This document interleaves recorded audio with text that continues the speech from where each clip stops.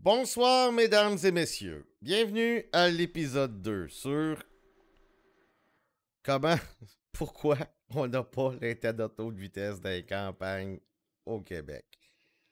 Là, vous allez être fâchés parce que je vais vous apprendre quelque chose dans cet épisode.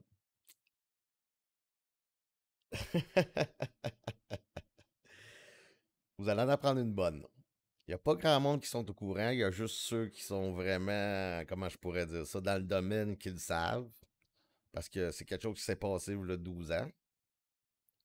Mais je vais vous le dire, c'est un petit secret.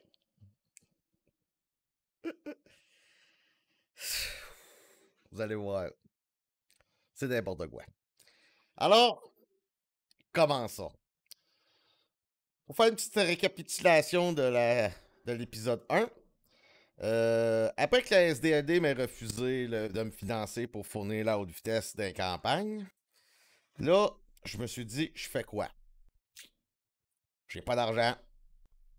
Je vais toujours le faire. Qu'est-ce que je fais?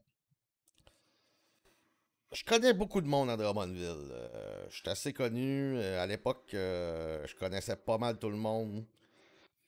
Alors, je me suis dit, OK, je vais en parler à tous ceux que je connais, tous ceux que je pense qui pourraient financer cette opération-là. Je vais faire mon speech, puis on va voir. Fait que je me suis mis à aller voir tout le monde que je connaissais, de leur parler ce que je voulais faire, ta. À un moment donné, il y en a un qui a dit oui. Et en plus, c'était, comment je pourrais dire ça, un investisseur utile. Ce que je veux dire, c'est qu'en plus de mettre l'argent, ben, il mettait ses mains. Fait que là, j'étais plus tout seul pour travailler. Puis c'était un gars en électronique. Alors, ça combinait un peu qu'est-ce que je faisais, moi, avec l'informatique, pour pouvoir essayer de fournir l'Internet haute vitesse dans les campagnes. Là, on est en 2007. Vint un programme provincial qui se nommait Village branché. Qu'est-ce qu'était Village branché? Village branché était une initiative du gouvernement provincial pour fournir de l'accès Internet aux écoles, bibliothèques et bureaux municipaux par fibre optique. Alors, si vous avez deux ou trois de ces éléments-là, probablement, il y a des grosses chances, je dirais même à 95%, que la fibre est déjà dans votre village. Mais, il y a un hic. Il y a toujours un hic. Il y a un deal pour avoir la subvention. À ce qu'on me dit une source à la commission scolaire, parce que c'est la commission scolaire a sa propre fibre sur tout le territoire de la MRC Drummond. J'ai appelé en 2007.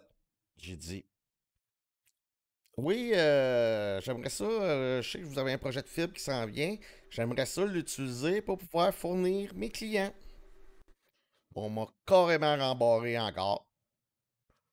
Eh oui, encore une fois. Là, mais je suis un Irlandais. Puis moi, plus que tu me dis de pas faire quelque chose, plus que je vais trouver une manière de le faire. Fait que j'avais trouvé mon gars. Fait que j'ai bossé là-dessus. J'ai trouvé une manière. On va passer par les airs.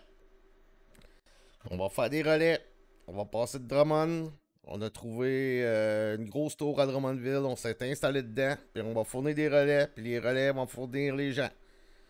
C'est pas 100% fiable, mais à 99,9%. Alors, c'est très raisonnable. Là. C'est mieux que le satellite ou autre méthode. Puis c'est la seule option qui me restait. Mais la fibre, elle est là. Elle est dans chacun des maudits villages. Puis le plus drôle, je suis allé quand il y a eu le projet à Drummondville de fibre optique qui est mort. Puis ça va être drôle, vous allez savoir pourquoi. Je leur ai dit, pourquoi n'utilisons pas les fibres qui sont déjà là? Parce que ça coûte cher passer de la fibre, là. Je vais vous dire franchement, là, passer d'un poteau, là, c'est 15, 20 000 piastres du kilomètre. On s'entend. Il faut avoir les droits des poteaux. Il faut payer les poteaux par année, chacun des poteaux. Et là, aussi, quand tu passes ta fibre, ils vont analyser le poteau. Ils vont vérifier, ils vont dire, bon, chacun des poteaux, est-ce qu'il est capable de supporter le poids? S'il y a un poteau qui n'est pas assez bon, il faut le remplacer. Puis c'est toi qui paye.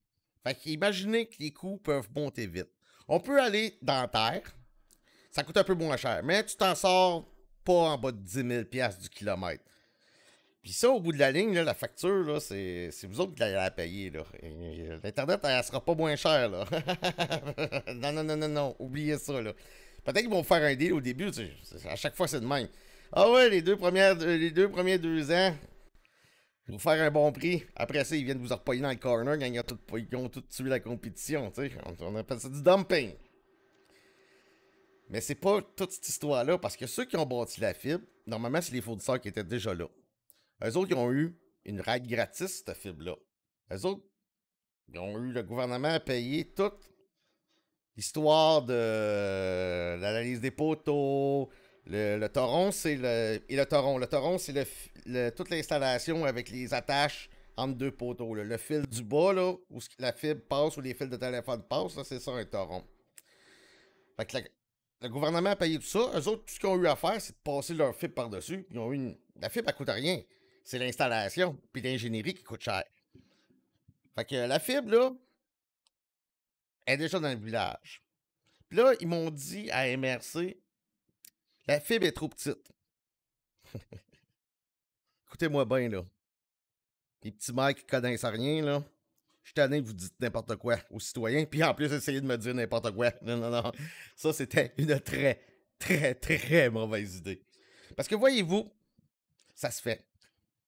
Ça se fait très bien. Puis s'ils ne me croient pas, je peux faire une conférence Zoom n'importe quand avec des ingénieurs de chez Huawei ou Adtran.